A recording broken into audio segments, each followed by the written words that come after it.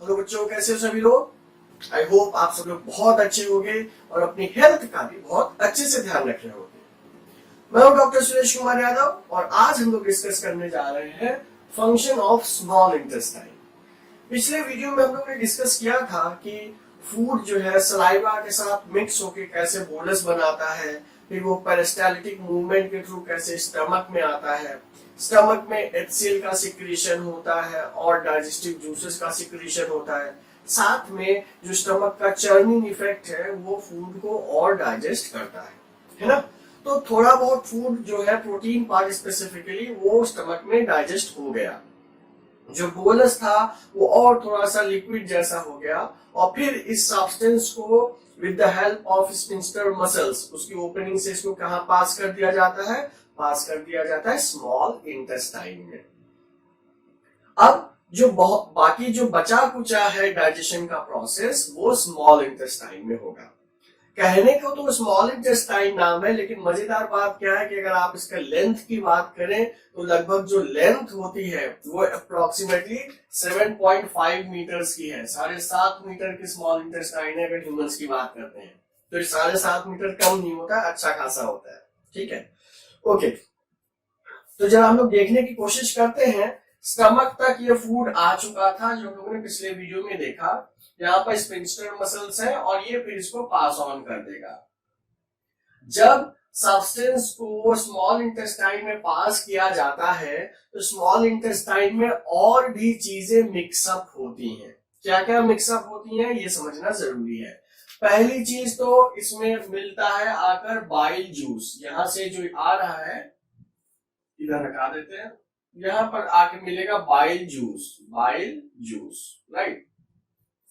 इसके अलावा ये आपको पता है ये दिस इज लीवर, ये आपको पता है दिस इज पैनक्रियाज, ठीक है। और यहां पर पैनक्रियाटिक जूस भी आकर मिलता है, राइट। पैनक्रियाटिक जूस भी आकर मिल रहा है। तो दो एडिशनल चीजें मिल रही हैं, प्लस इसके साथ साथ स्मॉल इंटेस्टाइन अपना खुद का भी सिक्रीशन देता है, अपने खुद के भी वॉल से वो डाइजेस्टिव एंजाइम सिक्रीट करता है, ठीक है, जिसकी वजह से जो डाइजेशन प्रोसेस है वो और स्मूदन अप होता है और फास्ट होता है।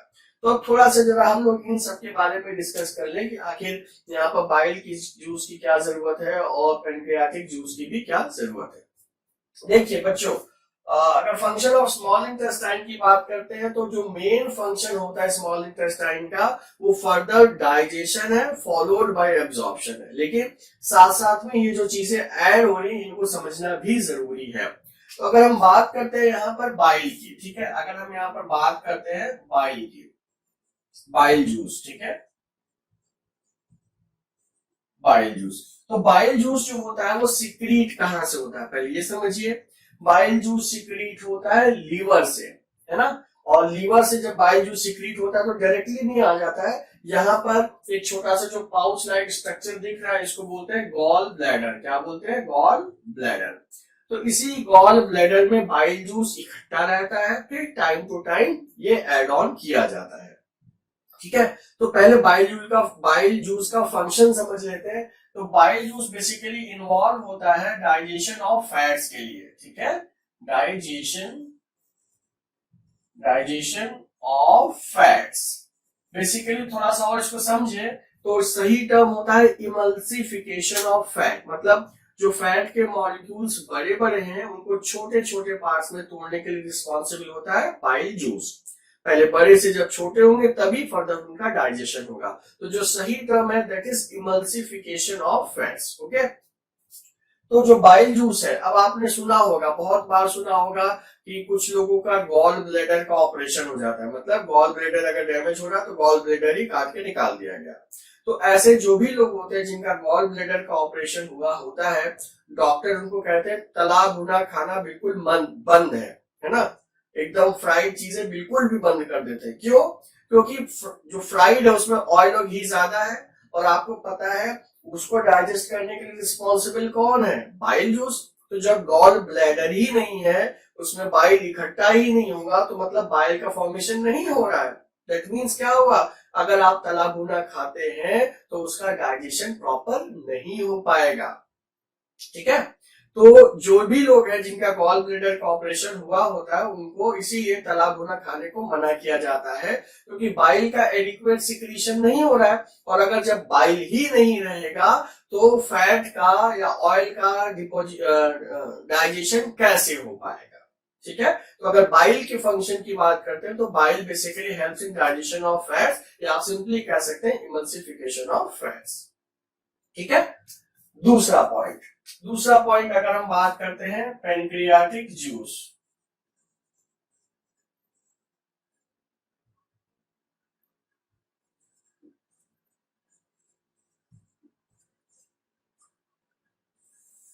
पैनक्रियाटिक जूस तो देखिए पैनक्रियाटिक, पहले पैनक्रियास समझ लीजिए कहाँ है। पैनक्रियास ये जो ये ग्लैंड है ये स्टमक के साथ बिल्कुल चिपकी हुई रहती है, बिल्कुल लीफ लाइक स्ट्रक्चर होता है, स्टमक के साथ ये चिपकी हुई होती है, और ये जो अपना सिक्रीशन है ये भी स्मॉल इंटेस्टाइन के ओपनिंग में ही एड ऑन करती है। ठीक है, तो जो पैनक्रियाटिक जूस होता है बेसिकली ये वर्क करता है ऑन कार्बोहाइड्रेट्स। किस पर वर्क करेगा? On carbohydrate. जो भी आप रोटी खा रहे हैं ना, रोटी को जो या ग्लूकोज जो आप खा रहे हैं उसको डिग्रेड करने के लिए पैनक्रियाटिक जूस ही इंपॉर्टेंट रोल प्ले करता है। ठीक है, तो जो पैनक्रियाटिक जूस है इसका मेन फंक्शन हो जाएगा डाइजेशन ऑफ कार्बोहाइड्रेट्स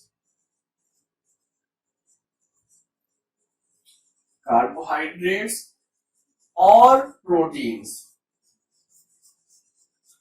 जो बचे कुछ प्रोटीन भी हो गए उनको भी डाइजेस्ट यही करेगा, और जो कार्बोहाइड्रेट्स हैं उनको भी डाइजेस्ट कौन करेगा? Pancreatic juice. तो देखिए अभी तक क्या था कि जब स्टमक में एंटर करेगा जो फूड सब्सटेंस है, पार्शियली डाइजेस्टेड फूड सब्सटेंस है, उसमें बाइल जूस और मिलाया जाएगा, उसमें पैनक्रियाटिक जूस और मिलाया जाएगा। तो इससे क्या होगा, जो डाइजेशन की प्रोसेस है वो और स्पीड अप होगी। और डाइजेशन आपको पता ही है कि उस केस में, डाइजेशन के केस में क्या होगा, कॉम्प्लेक्स फूड सब्सटेंसेस को सिंपलर में तोड़ा जाता है।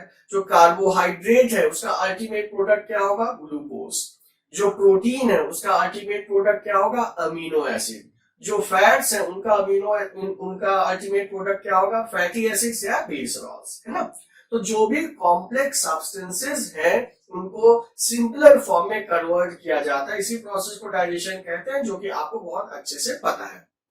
तो पैनक्रियाटिक जूस मिल गया, बाइल जूस मिल गया, और क्या होगा, स्मॉल इंटेस्टाइन का खुद का भी तो सिक्रीशन है, तो खुद का भी सिक्रीशन होगा। वो सारे जो कंपोनेंट्स हैं, जो सारे न्यूट्रिएंट्स हैं उनको डाइजेस्ट करने के लिए रिस्पॉन्सिबल होगा। और क्योंकि लेंथ बहुत लंबी है, 7.5 मीटर है, तो ये प्रोसेस चलता रहता है और आखिरी तक आते आते मैक्सिमम फूड सब्सटेंस क्या हो जाता है? वो डाइजेस्ट हो जाता है। मैक्सिमम फूड सब्सटेंस क्या हो जाता है?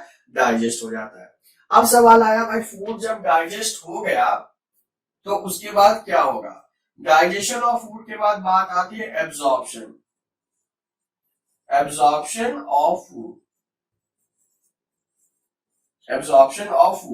तो बच्चों देखिए एब्जॉर्प्शन का मतलब क्या हो गया? जो इतनी मेहनत से फूड को डाइजेस्ट किया गया, अगर उसको एब्जॉर्ब नहीं करेंगे तो कोई फायदा होगा? कोई फायदा नहीं होगा।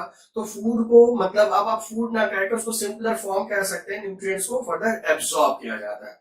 तो एब्जॉर्ब करने के लिए कुछ खास चीजें होती हैं इस इंटेस्टाइन में। जैसे एक जो चीज है जो बहुत ही इंपॉर्टेंट, इसको बोलते हैं विलाई। आखिर ये विलाई क्या है? विलाई बेसिकली क्या होता है, जो इंटेस्टाइन है उसके इंटरनल वॉल में फिंगर लाइक प्रोजेक्शंस होते हैं, फिंगर लाइक प्रोजेक्शन। अब सवाल आता है कि इन फिंगर लाइक प्रोजेक्शन से फायदा क्या होगा? आप देखिए, मान लीजिए हमारे पास ये सरफेस है, ठीक है, तो अगर आप सरफेस देखोगे तो सरफेस बहुत ही इतना ही तो रहेगा। तो जितना ज्यादा सरफेस एरिया होता है उतना ज्यादा एब्जॉर्प्शन होगा। लेकिन अगर इसी को हम फिंगर लाइक प्रोजेक्शन में कर दें तो क्या होगा? सरफेस एरिया कितना बढ़ गया? एकदम ड्रास्टिकली बढ़ गया, है ना। तो जो विलाई होते हैं उनका पर्पस होता है सरफेस एरिया को बहुत ज्यादा बढ़ाना, सो दैट जितना ज्यादा सरफेस एरिया रहेगा उतना ही ज्यादा क्या होगा? एब्जॉर्प्शन होगा। तो जो फूड अभी तक डाइजेस्ट हुआ था, इंटेस्टाइन में स्मॉल फिंगर लाइक प्रोजेक्शंस होते हैं, फिंगर लाइक प्रोजेक्शन, ठीक है। और इनका पर्पस क्या होता है, इनका पर्पस होता है सरफेस एरिया को बढ़ाना। तो विलाई की हेल्प से जो भी सिंपलर फॉर्म में फूड सब्सटेंसेस है, चाहे वो अमीनो एसिड हो, चाहे वो फैटी एसिड हो, चाहे ग्लूकोज हो, उसको एब्सॉर्ब कर लिया जाता है। तो खूब सारा एब्सॉर्प्शन इंटेस्टाइन के लोअर पार्ट में, या कह सकते हो जो एकदम लास्ट वाले पोर्शन है, वहां से ही एब्सॉर्प्शन प्रोसेस शुरू हो जाता है। सही मायनों में देखें तो एब्जॉर्प्शन थ्रू आउट चलता रहता है, ठीक है, लेकिन आखिरी तक आते हैं तो फूड पूरा डाइजेस्ट हो चुका होता है और एब्जॉर्प्शन मैक्सिमम पर होता है। शुरुआती दौर में डाइजेशन सबसे ज्यादा होगा, एब्जॉर्प्शन कम कम होता है, लेकिन आखिरी तक आते हैं डाइजेशन ऑलमोस्ट खत्म हो चुका होता है और एब्जॉर्प्शन अपनी पीक पर होता है, ठीक है। तो जितने भी कंपोनेंट्स थे, फूड के कंपोनेंट्स थे, उनको एब्जॉर्ब कर लिया जाता है और उसमें इंपॉर्टेंट रोल प्ले कौन करता है, विलाई। इसके बाद जो नेक्स्ट प्रोसेस है या नेक्स्ट प्रोसेस है, that is known as assimilation. Assimilation, अब आखिर ये एसिमिलेशन क्या है बच्चों? देखिए, इतनी मेहनत से हमने फूड को डाइजेस्ट किया, इतनी मेहनत से हमने फूड को एब्जॉर्ब किया, तो आखिर करना क्या है, इन न्यूट्रिएंट्स का हमें करना क्या है? भाई इन न्यूट्रिएंट्स को जो भी हमें रिक्वायरमेंट है वो हम बनाएंगे। सिंपलर फॉर्म मिल गया, अमीनो एसिड मिल गया, अब इनसे हम सेल बनाना चाहते हैं तो क्या करेंगे, अमीनो एसिड को जोड़ जोड़ के डिफरेंट टाइप ऑफ प्रोटीन्स बनाएंगे, उनसे सेल्स बनाएंगे। तो हमारी बॉडी में जिस चीज की भी रिक्वायरमेंट है, इस न्यूट्रिएंट को जब आपने एब्जॉर्ब किया तो बॉडी की रिक्वायरमेंट के हिसाब से वो जो एब्जॉर्ब सब्सटेंसेस है उसके रिस्पेक्टिव प्रोटीन्स में कन्वर्ट हो जाते हैं, मतलब बॉडी यूजेबल फॉर्म में कन्वर्ट कर दिए जाते हैं। इस प्रोसेस को बोलते हैं आप assimilation. Conversion of absorbed nutrient into body usable form is known as what? Assimilation. Body usable form का मतलब क्या हो गया कि जैसे मान लीजिए हमें चाहिए प्रोटोप्लाज्म, साइटोप्लाज्म, जो कि एक सेल का इंपॉर्टेंट पार्ट है, तो ये न्यूट्रिएंट से मिला मिला के वो प्रोटोप्लाज्म या साइटोप्लाज्म बनाया जाता है ना। तो एब्जॉर्प्शन के बाद फिर जो प्रोसेस होती है वो क्या होती है, वो होती है एसिमिलेशन। एसिमिलेशन का मतलब क्या हो गया कि जो भी आपने फूड सब्सटेंसेस को एब्जॉर्ब किया है उसको फर्दर रिकन्वर्ट करते हैं जो भी आपकी रिक्वायरमेंट है। मान लीजिए आपकी ग्रोथ बढ़ानी है तो उस केस में क्या होगा, इन सबका जो है ये साइटोप्लाज्म में कन्वर्ट होंगे, फिर नंबर ऑफ सेल्स डिवाइड होंगे एंड सो ऑन, ठीक है। जल्दी से एक बार देख लेते हैं क्या कि जो फंक्शन ऑफ स्मॉल इंटेस्टाइन है, तो स्मॉल इंटेस्टाइन का अगर एक लाइन में फंक्शन पूछा जाए तो क्या होगा, main function digestion as well as absorption. तो स्मॉल इंटेस्टाइन में डाइजेशन भी होता है प्लस एब्जॉर्प्शन भी होता है। डाइजेशन के लिए क्या क्या रिस्पॉन्सिबल है, एक तो खुद का डाइजेस्टिव एंजाइम जो स्मॉल इंटेस्टाइन की वॉल से सीक्रेट होता है, इसके अलावा यहाँ पर बाइल जूस भी मिलाया जा रहा है, पैनक्रियाटिक जूस भी मिला रहा है। बाइल जूस से क्या होगा, इमल्सिफिकेशन ऑफ फैट, या सिंपली आप कह सकते हैं डाइजेशन ऑफ फैट्स। फैट्स का जो सबसे सिंपलेस्ट फॉर्म है उसको बोलते हैं फैटी एसिड्स या ग्लिसरॉल्स, राइट। सिमिलरली अगर कार्बोहाइड्रेट की बात करें तो कार्बोहाइड्रेट का सिंपलेस्ट फॉर्म क्या हो जाएगा, ग्लूकोज, और प्रोटीन का फॉर्म क्या हो जाएगा, अमीनो एसिड। ये आपको पहले से ही पता है, ठीक है। तो कहने का मतलब जो भी कॉम्प्लेक्स फूड सब्सटेंस था उसको सिंपलर पार्ट में कन्वर्ट किया गया, कन्वर्ट हो गया। अब कन्वर्जन के बाद क्या होगा कि उसका एब्जॉर्प्शन होना है। एब्जॉर्प्शन के लिए कौन रिस्पॉन्सिबल है, जो फिंगर लाइक प्रोजेक्शंस प्रेजेंट है, जो फिंगर लाइक प्रोजेक्शंस प्रेजेंट है स्मॉल इंटेस्टाइन की इनर वॉल में, उनको बोलते हैं विलाई। इनका पर्पस क्या होता है, इनका पर्पस होता है सरफेस एरिया को इंक्रीज करना। जितना ज्यादा सरफेस एरिया होगा उतना ज्यादा एब्जॉर्प्शन होगा, ठीक है। एक बार जब ये न्यूट्रिएंट्स एब्जॉर्ब हो गए, अब इनको क्या करना है, अब इनको कन्वर्ट करना है बॉडी यूजेबल फॉर्म में। बॉडी यूजेबल फॉर्म का मतलब क्या होगा कि जो भी जिस चीज की भी जरूरत हो आप इन सिंपल सब्सटेंसेस से वो बना सकते हैं। इस प्रोसेस को बोलते हैं एसिमुलेशन, ठीक है। तो ये सारी प्रोसेसेस साथ साथ एब्जॉर्प्शन के बाद वो शुरू हो जाती हैं। तो मैक्सिमम एब्जॉर्प्शन स्मॉल इंटेस्टाइन में हो चुका होता है, लेकिन जो थोड़ा बहुत बचा हुआ है वो होता है लार्ज इंटेस्टाइन में। लार्ज इंटेस्टाइन में मैक्सिमम अमाउंट में क्या एब्जॉर्ब होता है, वाटर एब्जॉर्ब होता है और मिनरल्स एब्जॉर्ब। तो बच्चों अगर लार्ज इंटेस्टाइन की बात करें, स्मॉल इंटेस्टाइन में एब्जॉर्प्शन मैक्सिमम होता है, लेकिन लार्ज, अगर यहीं पर हम लोग थोड़ा सा चेंज कर देते हैं, अगर लार्ज इंटेस्टाइन की बात करेंगे तो क्या होगा, लार्ज इंटेस्टाइन में जो मैक्सिमम अमाउंट होता है वाटर का एब्जॉर्प्शन होता है, मैक्सिमम अमाउंट ऑफ वाटर। तो अगर हम बात करते हैं कि क्या लार्ज इंटेस्टाइन में कोई भी डाइजेशन प्रोसेस होता है, लार्ज इंटेस्टाइन में कोई भी डाइजेशन प्रोसेस होता है तो लार्ज इंटेस्टाइन में कोई भी डाइजेशन प्रोसेस नहीं होता है। वहां पर मैक्सिमम अमाउंट में क्या होता है, एब्जॉर्प्शन, एब्जॉर्प्शन होता है लार्ज इंटेस्टाइन में, ठीक है। और एब्जॉर्प्शन भी प्राइमरीली किसका होता है, प्राइमरीली होता है वाटर का एब्जॉर्प्शन होता है और किसका होता है, मिनरल्स का, ठीक है। जैसे स्मॉल इंटेस्टाइन 7.5 मीटर्स की थी, वैसे लार्ज इंटेस्टाइन लगभग क्या होती है, लगभग होती है 1.5 मीटर की। तो अभी जो यहाँ पर फूड सब्सटेंस था, अभी जो ये फूड सब्सटेंस था, बहुत सारे एंजाइम्स मिलने के साथ साथ ये क्या हो जाता है, बहुत ही वाटरी हो जाता है, ठीक है। लेकिन जब लार्ज इंटेस्टाइन में ये पहुंचता है, जब लार्ज इंटेस्टाइन में ये पहुंच रहा है, तो उस केस में होगा क्या, बहुत सारा जो वाटर है वो एब्जॉर्ब कर लिया जाता है और फिर लास्ट तक पहुंचते पहुंचते वो एकदम सेमी सॉलिड के फॉर्म में पहुंच जाता है, जिसको कि आप पता ही है कहाँ स्टोर करते हैं, रेक्टम में स्टोर करते हैं और टाइम टू टाइम एनस से आप बॉडी से रिमूव कर देते हैं।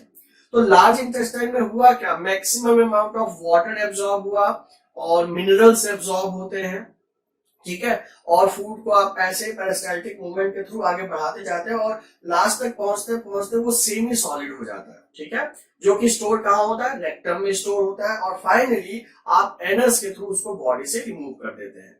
जैसे process of taking in food होता था इंजेशन, IN इंजेशन, वैसे ही process of removing food from the body, undigested food, the process of removal of undigested food from the body is known as egestion। क्या होता है, second जो point है which is known as egestion। Taking in को ingestion बोलते हैं और removing out को बोलते हैं ईजेशन, ठीक है। तो हुआ क्या, स्मॉल इंटेस्टाइन के बाद लार्ज इंटेस्टाइन में वाटर और मिनरल्स का मैक्सिमम एब्जॉर्प्शन हुआ। उसके बाद जब फूड का मैक्सिमम एब्जॉर्प्शन हो गया तो जो फूड में बहुत अब कुछ बचा नहीं है तो वो लगभग एंड तक पहुंचते पहुंचते सेमी सॉलिड हो जाता है, जिसको आप टेम्परेरी स्टोर करते हैं रेक्टम में, जिसको कि आप टाइमली बॉडी से बाहर रिमूव करते हैं तो थ्रू एनस। तो जिस प्रोसेस से आप रिमूव करते हैं उसको बोलते हैं ईजेशन, ठीक है बच्चों। तो ये छोटा सा टॉपिक था, आई होप आपको समझ में आया है ना। तो कुछ क्वेश्चन सॉल्व करके देखिए। तो हम लोग मिलते हैं नेक्स्ट वीडियो में सब्सिक्वेंट टॉपिक्स के लिए। Till then stay fit and stay healthy.